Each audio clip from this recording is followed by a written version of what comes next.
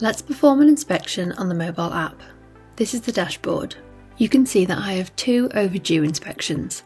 If I click on that, it will take me to the folders that those records live in. I can see that I've got 1 in work boots, so I'm going to click in that folder. You can perform an inspection by clicking on the circle next to the record name and then clicking on Add Inspection, or going into the record itself. Click on the plus button in the top right hand corner and then select Add Inspection. From here you can change the state and you can see your options that you have to choose from. You can also create a task on this record by clicking the Add button next to the task icon. The next inspection date will be set automatically, but you can change it to a date that you prefer if you want.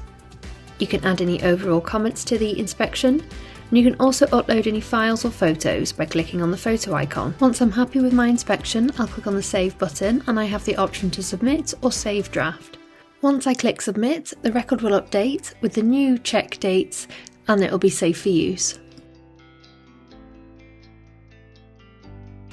Thanks for watching and see you soon.